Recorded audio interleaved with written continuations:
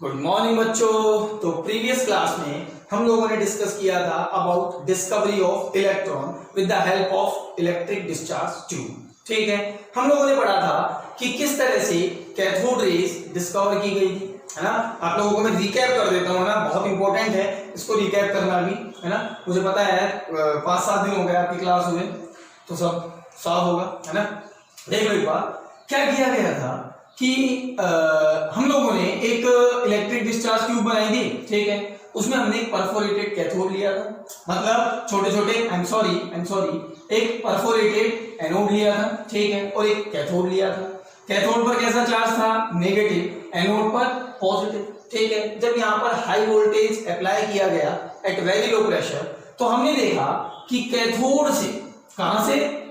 Cathode से कुछ raise निकलती हुई दिखाई देती है ना। दिखाई क्या देती है? पता लगती है फ्लोरोसेंट मटेरियल की वजह से। और इन रेज को हमने क्या नाम दिया था? Cathode rays. याद होगा आप लोगों को। ठीक है, इतना डिस्कस हम लोगों ने लास्ट क्लास में कर लिया था। फिर हमने छोटी छोटी बातें की थी, जैसे कैथोड रेज में काइनेटिक एनर्जी होती है, एक्स रेज प्रोड्यूस करती है, काइनेटिक एनर्जी होती है, इस वजह से इसको हमने क्या कह दिया था? इलेक्ट्रॉन। कि भैया ये पार्टिकल की तरह बिहेव करती है, इन्हें इलेक्ट्रॉन कह सकते हैं। ठीक है, क्लियर होता है? इतना हमने लास्ट क्लास में डिस्कस कर लिया था। चलिए, अब लास्ट क्लास में ही जब क्लास खत्म कर रहे थे अपन, तो एक क्वेश्चन छोड़ा था हम लोगों ने। ठीक है, क्वेश्चन क्या छोड़ा था? सुनो। इलेक्ट्रॉन की डिस्कवरी से पहले सर जॉन डाल्टन ने एक मॉडल दिया था, है ना। अब वापस चलते हैं अपन 18th सेंचुरी में, है ना। 18th सेंचुरी में पिक्चर बननी चाहिए आपकी आंखों में। हम 18th सेंचुरी में हैं, और आप लोगों को पता होगा इलेक्ट्रॉन की डिस्कवरी से पहले सर जॉन डाल्टन ने अपना एक मॉडल दिया था, है ना, एटॉमिक मॉडल। उस मॉडल में एक बात कही गई थी। क्या कही गई थी? कि जो आपका एटम होता है, कौन? एटम, वो इलेक्ट्रिकली न्यूट्रल होता है। इलेक्ट्रिकली न्यूट्रल से क्या मतलब है? कि इसका चार्ज कितना होता है? 0। एक एटम पर कोई चार्ज नहीं होता। और एक्सपेरिमेंट की भी ये बात प्रूफ कर ली गई थी। बहुत सारे लोगों ने एक्सपेरिमेंट किए थे और सबने ये कहा था कि एटम कैसा होता है? इलेक्ट्रिकली न्यूट्रल होता है। क्लियर हो गई बात मेरी? ठीक है, अब थोड़ा आगे आओ। थोड़ा आगे मतलब इलेक्ट्रॉन डिस्कवर हो गए। इलेक्ट्रॉन डिस्कवर किए सर जे थॉमसन ने। जे थॉमसन ने क्या कह दिया? कि एक एटम के अंदर सब एटॉमिक पार्टिकल्स भी होते हैं, है ना। और उन सब एटॉमिक पार्टिकल्स में से एक सब एटॉमिक पार्टिकल जो अभी तक डिस्कवर हुआ है, वो कौन सा? इलेक्ट्रॉन। ठीक है, और सर जे थॉमसन ने ये भी प्रूव कर दिया कि ये इलेक्ट्रॉन कैसा चार्ज होगा? नेगेटिव चार्ज होगा। क्लियर हो गई बात मेरी? ठीक है, अब यहां से जो हमारे साइंटिस्ट लोग थे उनका दिमाग खराब होना शुरू हो गया। कैसे? कि सर जॉन डाल्टन कह गए कि एक एटम कैसा है? Electrically neutral. चलो मानते हैं कि एटम है। ठीक है, आप कह रहे हो कि ये कैसा है? Electrically neutral. चलो हम ये बात भी मान लेते हैं आपकी, आप बड़े हैं, है ना, तो हम ये बात भी मान लेते हैं आपकी कि सर एटम कैसा है? Electrically neutral. अब एक साइंटिस्ट आता है जे थॉमसन, वो कहता है कि एटम के अंदर सब एटॉमिक पार्टिकल होता है ना। और वो सब एटॉमिक पार्टिकल कौन सा है? इलेक्ट्रॉन। अभी तक ठीक है, पर उसने एक बात और कह दी कि ये सब एटॉमिक पार्टिकल कैसा चार्ज होगा? Negative charge. यानी कि इस एटम के अंदर एक सब एटॉमिक पार्टिकल प्रेजेंट है जिसका चार्ज कैसा है? नेगेटिव। तो ये एटम न्यूट्रल कैसे हो सकता है? एक एटम है, एटम के अंदर नेगेटिव चार्ज है। अब वो एटम आप कह रहे हो ओवरऑल न्यूट्रल है, ये कैसे पॉसिबल है? सबका दिमाग ये सोच सोच के खराब था। और एक आइडिया भी यहां से लोगों को मिल गया था, सारे साइंटिस्ट लोगों को। क्या? कि ये न्यूट्रल तभी हो सकता है जब इस एटम के अंदर कुछ पॉजिटिव चार्ज भी हो, तभी पॉसिबल है। अरे भाई, ओवरऑल एटम न्यूट्रल है, ये बात सही है ना। यूनिवर्सल ट्रूथ है ये, तो हम बहुत टाइम से जानते हैं कि एटम इलेक्ट्रिकली न्यूट्रल होता है। बट जे थॉमसन अचानक से आके जिंदगी में कहर ढा गया क्या कि एक एटम के अंदर भैया नेगेटिव चार्ज भी होता है, जिसे हम क्या कहते हैं? इलेक्ट्रॉन कहते हैं। तो यहां सवाल उठता है कि एक एटम इलेक्ट्रिकली न्यूट्रल हो कैसे सकता है जब उसमें नेगेटिव चार्ज है? तो बहुत सीधा सा जवाब लोगों ने दिया, साइंटिस्ट लोगों ने, कि डेफिनेटली एटम के अंदर और भी छोटे पार्टिकल प्रेजेंट होते हैं, और उन पार्टिकल का चार्ज कैसा होना चाहिए? पॉजिटिव। तभी सर जॉन डाल्टन की ये बात प्रूफ होती है कि एटम कैसा होगा? Electrically neutral. तो यहां से एक आइडिया मिला कि भैया और सब एटॉमिक पार्टिकल एटम के अंदर प्रेजेंट होते हैं। क्लियर हो गई बात मेरी? और सारे साइंटिस्ट लोग किसमें लग गए? इलेक्ट्रिक डिस्चार्ज ट्यूब के एक्सपेरिमेंट्स में। सबको लगा कि मैं ढूंढूंगा वो पॉजिटिव चार्ज पार्टिकल, मैं ढूंढूंगा वो पॉजिटिव चार्ज पार्टिकल, और सक्सेस आखिर में किसको मिली सर?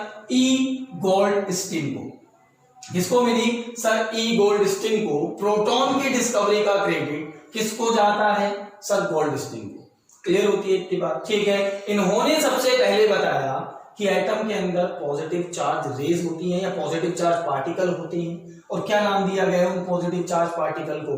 प्रोटॉन्स। आज हम जानते हैं कि हाँ बिल्कुल प्रोटॉन्स होते हैं और उनका चार्ज कैसा होता है? पॉजिटिव। क्लियर होती है बात मेरी? ठीक है। उस टाइम जिस टाइम गोल्डस्टीन ने डिस्कवर किया, उस टाइम पूरी दुनिया भर के साइंटिस्ट किस में लगे थे? वही इलेक्ट्रिक डिस्चार्ज ट्यूब के एक्सपेरिमेंट्स में लगे थे। ये भी उनमें से एक थे। क्लियर होती है बात मेरी? ऐसा होता है कि बेटा जिस चीज का ट्रेंड चलने लगता है ना, वो चीज सब करने लगते हैं, है ना। जैसे मैं आपको एग्जांपल दूं, सोशल मीडिया पर एक्टिव रहते होंगे आप सब, है ना। तो अभी एक ट्रेंड चल रहा है, या चला था थोड़े दिन पहले, यूट्यूब वर्सेस टिकटॉक। एक बंदे ने वीडियो बनाया यूट्यूब वर्सेस टिकटॉक, उसको सक्सेस मिली, सब बनाने लग गए। क्लियर है बात मेरी? सब बनाने लग गए। यहाँ भी यही हो रहा था कि सर जे थॉमसन ने एक पार्टिकल डिस्कवर किया, साथ में बोल दिया कि और भी पार्टिकल पॉसिबल हैं, तो सबके सब किस में लग गए? इलेक्ट्रिक डिस्चार्ज ट्यूब के एक्सपेरिमेंट्स में लग गए। बट सक्सेस किसको मिली सर? ई गोल्डस्टीन को। क्लियर है बात मेरी? इन्होंने क्या डिस्कवर किए? प्रोटॉन्स। ठीक। अच्छा, अब कैसे डिस्कवर किए? ध्यान से सुनना, धीरे धीरे, है ना। और वर्ड्स को ध्यान से सुनना, एक एक वर्ड को ध्यान से सुनना। क्या कह रहा हूं मैं कि ई गोल्डस्टीन ने प्रोटॉन डिस्कवर कैसे किए? तो सबसे पहली बात इन्होंने कुछ चेंजेस किए। कौन कौन से चेंजेस किए? ध्यान से सुनो। इलेक्ट्रिक डिस्चार्ज ट्यूब में हमने जब electric discharge tube previous class में पढ़ी थी, वहां हम लोगों ने देखा था कि एक परफोरेटेड कैथोड लिया गया था, परफोरेटेड एनोड लिया गया था, कैथोड लिया गया था। बहुत कम प्रेशर रखा था गैस का। वो प्रेशर केवल इसलिए था कि कोई रे अगर जाए तो वो मूव कर पाए, है ना। आपको मैं बता दूं, कैथोड रेस ट्रेवल नहीं कर सकती वैक्यूम में, तो बिल्कुल वैक्यूम क्रिएट नहीं किया जा सकता था। क्लियर हो गई बात मेरी? इसलिए थोड़ा बहुत गैस का प्रेशर वहां रखा था, है ना, बल्कि वो नेग्लिजिबल ही था, है ना। फिर ये सारी चीजें की गई थी। 10,000 वोल्टेज किया गया था, वोल्टेज उसका, है ना। यहां पर ई गोल्डस्टीन ने कुछ चेंजेस किए। क्या चेंजेस किए? सुनना ध्यान से, है ना। इन्होंने एक कैथोड लिया पहले जैसा लिया था, और एक एनोड लिया।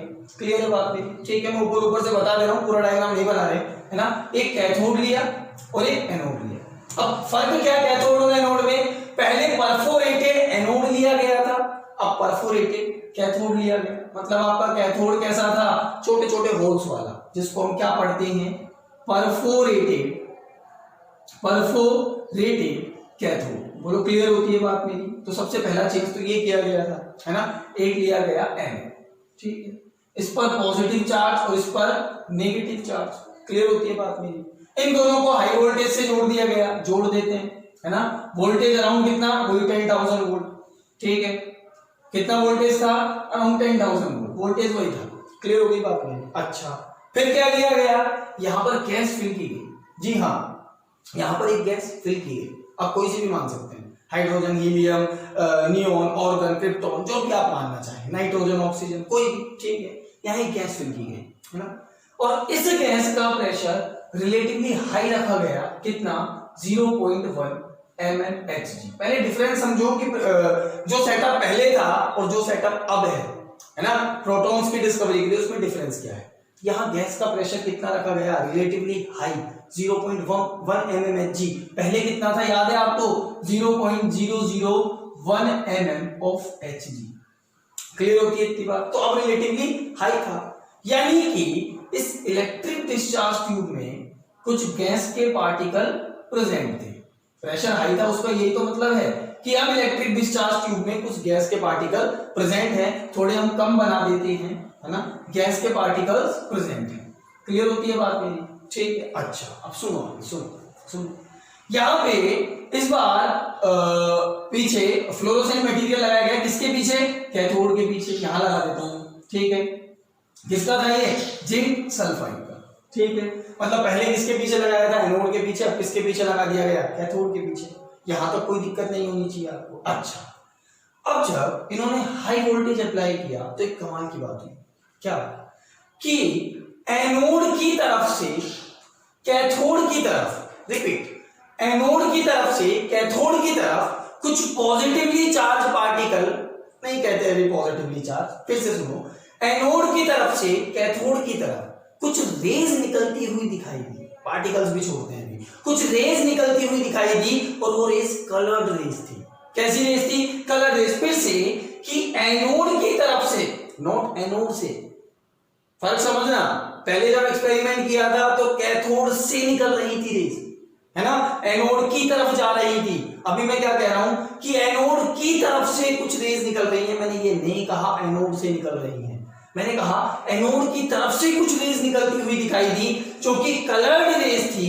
किस तरह की? कलर्ड रेज थी। और उन रेज को क्या नाम दिया गया? Anode rays. क्या कहा मैंने कि कुछ रेज निकलती हुई दिखाई दी, कलर्ड रेज, कहां से कहां की तरफ? एनोड की तरफ से कैथोड की तरफ, ठीक है। और इन रेज को क्या नाम दे दिया गया? Anode rays. क्यों? क्योंकि कहां से निकली थी? एनोड से निकली थी। इन्हीं को हम कैनाल रेज भी कह देते हैं, है ना, छोड़ते हैं कैनाल रेज को। यहां तक कुछ कुछ बात समझ में आई कि एनोड की तरफ से निकली थी, कैथोड की तरफ जा रही थी, ठीक है, एनोड से नहीं, एनोड की तरफ से, बार बार कह रहा हूं, ठीक है। सुनो आगे, सुनो सुनो सुनो सुनो कि ओरिजिन क्या था फिर इनका।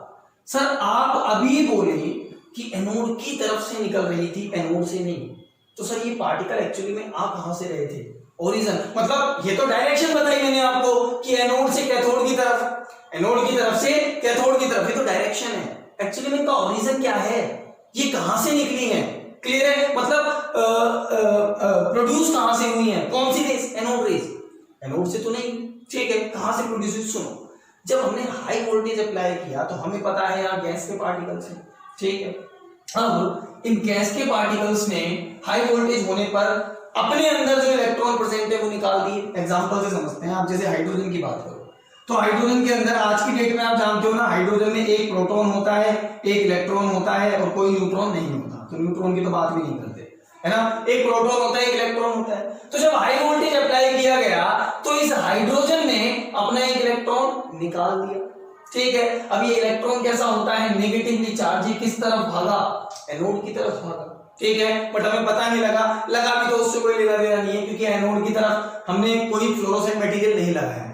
और लगा लो कोई दिक्कत नहीं है, उसके बारे में तो हम ऑलरेडी जानते हैं ना कि यार ये तो क्या है, नेगेटिव चार्ज पार्टिकल है और इनको हम कैथोड रेज कह रहे हैं। उसको तो हम जानते हैं कि एनोड की तरफ डेफिनेटली कुछ रेज एनोड की तरफ भी जाएंगी। किस वजह से? कि यहां से इलेक्ट्रॉन निकलेगा हाइड्रोजन से, जब हाई वोल्टेज अप्लाई किया जाएगा तो इलेक्ट्रॉन किस तरफ भागेगा? इस तरफ। इस इलेक्ट्रॉन के निकलने के बाद इस हाइड्रोजन में केवल क्या बचेगा? एक प्रोटॉन, या क्या बचेगा? Positive charge. और ये पॉजिटिव चार्ज रेज ही अब किस तरफ जा रही थी?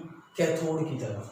क्लियर है बात मेरी? यानी कि इनका जो ओरिजिन था वो क्या था? गैस, जो कि फिल की गई थी किसके अंदर? इलेक्ट्रिक डिस्चार्ज ट्यूब के अंदर। सबसे बड़ा डिफरेंस यही है। ये समझ में आया तो सब समझ में आया, और ये नहीं आया तो कुछ नहीं आया। क्लियर हो गया? फिर तो रट्टा मारना पड़ेगा, है ना। फिर से सुन लो कि मैंने क्या कहा कि इन गैस का, आई एम सॉरी, इन रेज का, एनोड रेज का ओरिजिन एक्चुअली में क्या है? Gas, not anode. क्लियर है बात मेरी? एनोड से नहीं आ रही थी, एनोड की तरफ से आ रही थी। एनोड की तरफ से किस तरफ जा रही थी? कैथोड की तरफ। यहां प्रेजेंट है तो डायरेक्शन तो यही बोलोगे ना, एनोड से किस तरफ जा रही? कैथोड की तरफ। और इन रेज को हमने क्या नाम दे दिया? Anode rays. कुछ कुछ बात समझ में आ रही है, ठीक है। तो इनका ओरिजिन समझना बहुत इंपॉर्टेंट था कि इनका ओरिजिन क्या था? Gaseous state. क्लियर होगी बात मेरी? अब हम बातें कर सकते हैं किसके बारे में? इन कैथोड एनोड रेज के बारे में, है ना। तो हेडिंग लगाते हैं अपन अपनी कॉपीज में, प्रॉपर्टीज ऑफ एनोड रेज, और फिर बात करते हैं एनोड रेज की प्रॉपर्टीज के बारे में। तो सबसे पहली बात कि ये भी ट्रेवल करती है स्ट्रेट लाइन में। सबसे पहली बात कि दे ट्रेवल्स इन स्ट्रेट लाइन। कोई दिक्कत? ठीक है, वो भी कर रही थी, ये भी कर रही है ना। अल्दो जो एनोड रेज हैं उनकी स्पीड रिलेटिवली लो होती है किसके कंपैरिजन में? कैथोड रेज के कंपैरिजन में।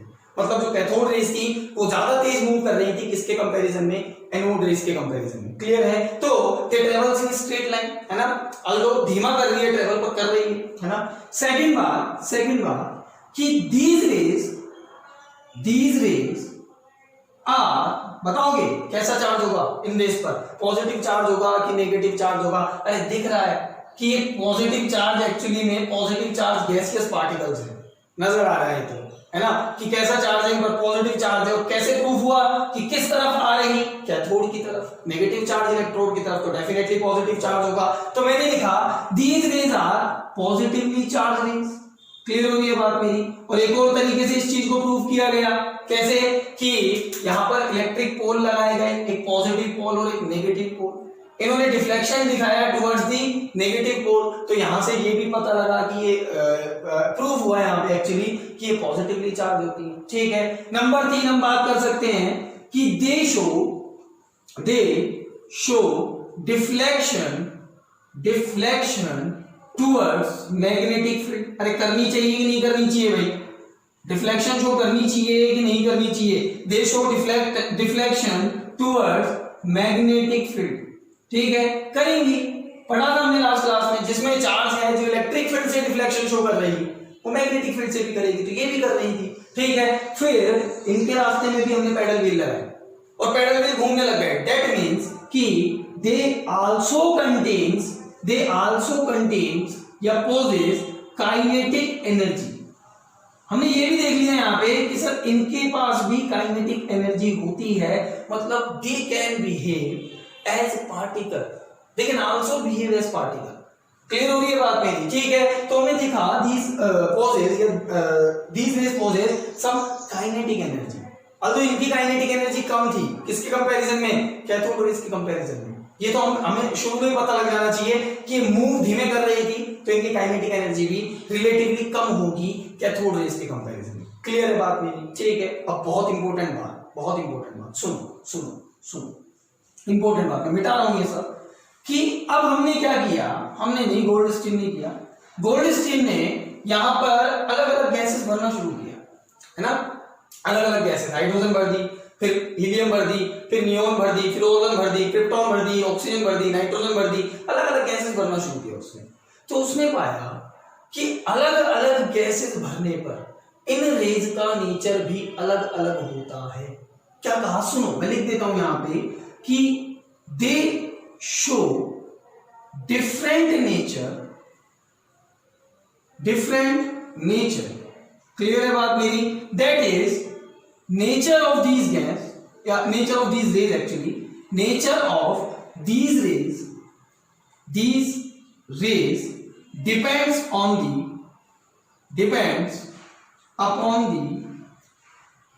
दी गैस। कुछ बात समझ में आ रही है मेरी। मैंने क्या कहा, यहां पर मैंने गैसेस चेंज की, हाइड्रोजन की जगह हीलियम भरा, है ना, ऑक्सीजन भरा, नाइट्रोजन भरा, अलग अलग गैसेस भरता गया। तो मैंने देखा कि ये जो रेज हैं इनका नेचर अलग अलग होता है। नेचर से मेरा मतलब क्या है कि इनके ट्रेवल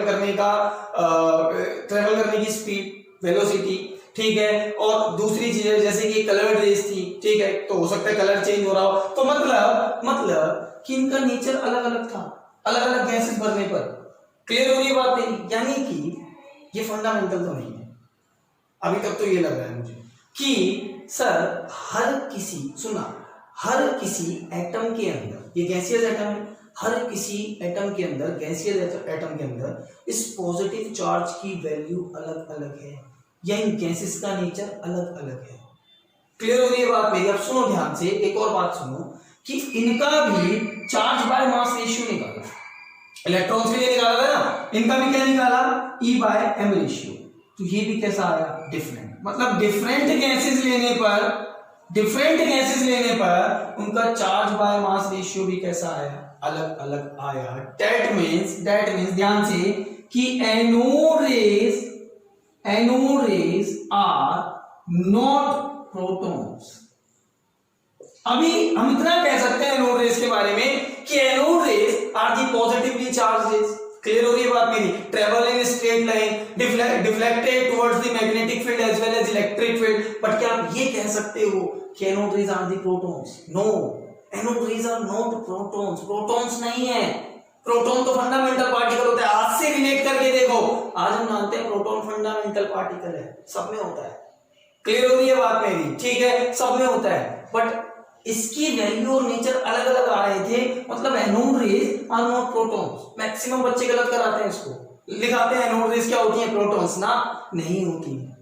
क्लियर हुई बात मेरी? ठीक है, फिर से सुन लो कि इनका E बाय M रेशियो जब निकाला गया है ना, तो वो डिफरेंट आ रहा था, गैसेस बदलने पर वो रेशियो डिफरेंट आ रहा था, मतलब anode rays are not protons. Clear है बात मेरी? फिर इसका E बाय M रेशियो देखा कि हाईएस्ट कब आता है, सबसे ज्यादा कब आता है, तो कब आएगा बताओ भाई, कौन सी गैस लूं कि E बाय M सबसे ज्यादा आ जाए? तो हाइड्रोजन के केस में इसका E by M ratio highest आया। सुनो मैंने क्या कहा, इन केस ऑफ हाइड्रोजन, ध्यान से सुनना, in case of hydrogen E by M ratio कैसा होगा? हाईएस्ट। बोलो क्लियर हो रही है बात मेरी? E बाय M रेशियो कैसा होगा? हाईएस्ट। क्यों होगा? क्योंकि हाइड्रोजन लाइटेस्ट गैस होती है। रीजन क्या है इसका? क्योंकि हाइड्रोजन लाइटेस्ट गैस होती है। क्लियर हो रही है बात मेरी? अरे भाई जिसका मास जितना कम उसके लिए E बाय M रेशियो उतना ज्यादा। अब हमने पाया कि हाइड्रोजन लाइटेस्ट गैस है, उसके लिए हमने क्या निकाला? E बाय M रेशियो कैसा आया? सबसे ज्यादा। क्लियर हो रही है बात मेरी? ठीक है, अब ध्यान से सुनना, दूसरी गैसेस का जब E बाय M रेशियो निकाला गया तो ध्यान से सुनना, ये E by M ratio hydrogen के E बाय M रेशियो का मल्टीपल आया, इंटीजर आया। मतलब किसी में E by M ratio hydrogen के E बाय M रेशियो का 5 गुना हो रहा था, किसी में 10 गुना हो रहा था, किसी में 8 गुना हो रहा था, किसी में 15 गुना हो रहा था। क्लियर हो रही बात में? यानी कि शार्प इंटीजर आ रहा था। अब इसका मतलब ये निकला कि वो पार्टिकल जो हाइड्रोजन में प्रेजेंट है, फिर से वो पार्टिकल जो हाइड्रोजन में प्रेजेंट है वो ही पार्टिकल ओरो में भी है, बट हाइड्रोजन के कंपैरिजन में कुछ ज्यादा है। क्लियर हो रही है बात मेरी? कुछ मल्टीपल टाइम ज्यादा है।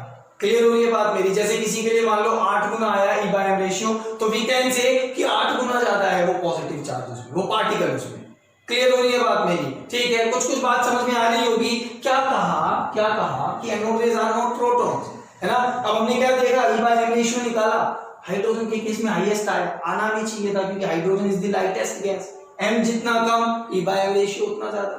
क्लियर है बात मेरी? फिर और जब पार्टिकल्स का निकाला गया, गैसेस पार्टिकल्स का, भाई डिफरेंट गैसेस बची गई, उनका E बाय M के कैलकुलेट किया गया तो मल्टीपल आ रहा था, मल्टीपल इंटीजर आ रहा था।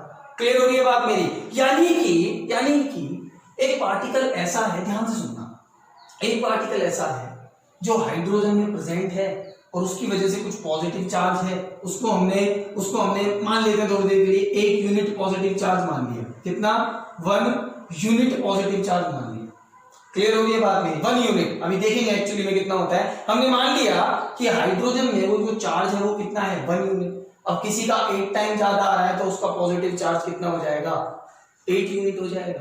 क्लियर है? किसी में 10 गुना ज्यादा आ रहा है तो 10 यूनिट हो जाएगा, 15 गुना ज्यादा आ रहा है तो 15 यूनिट हो जाएगा। मतलब वो फंडामेंटल पार्टिकल प्रेजेंट तो सब में है पर उसकी क्वांटिटी अलग अलग है। क्लियर हो रही है बात मेरी? उसकी क्वांटिटी अलग अलग है। समझ में आ रही है बात? ठीक है, कुछ फील हो रहा होगा। तो ऐसा कहा गया कि protons are the fundamental particle जो कि हाइड्रोजन में प्रेजेंट होता है। ये जो पार्टिकल हाइड्रोजन में प्रेजेंट था जिसकी वजह से पॉजिटिव चार्ज था उसको हमने क्या नाम दे दिया? प्रोटॉन। और साथ में कह दिया कि और सारे एटम्स में भी ये प्रोटॉन प्रेजेंट है पर हाइड्रोजन के कंपैरिजन में मल्टीपल टाइम प्रेजेंट है। क्लियर हो रही है बात मेरी? हाइड्रोजन के कंपैरिजन में मल्टीपल टाइम प्रेजेंट है। क्लियर है? हो सकता है 5 टाइम ज्यादा प्रेजेंट हो, 6 टाइम ज्यादा प्रेजेंट हो, पर प्रेजेंट सब में है। क्लियर होती है इतनी बात? ठीक है, अब सुन ले एक बार फिर से। इतना सा फर्क था कि कैथोड रेज एक्चुअली में क्या होती है? Electrons, but anode rays protons नहीं होती है। क्लियर है बात मेरी? आप ये कह सकते हो एनोड रेज पॉजिटिवली चार्ज होती है। देखो मैं बहुत ही सिंपल तरीके से समझाता हूं इसको। देखो सुनो बात को ध्यान से सुनो।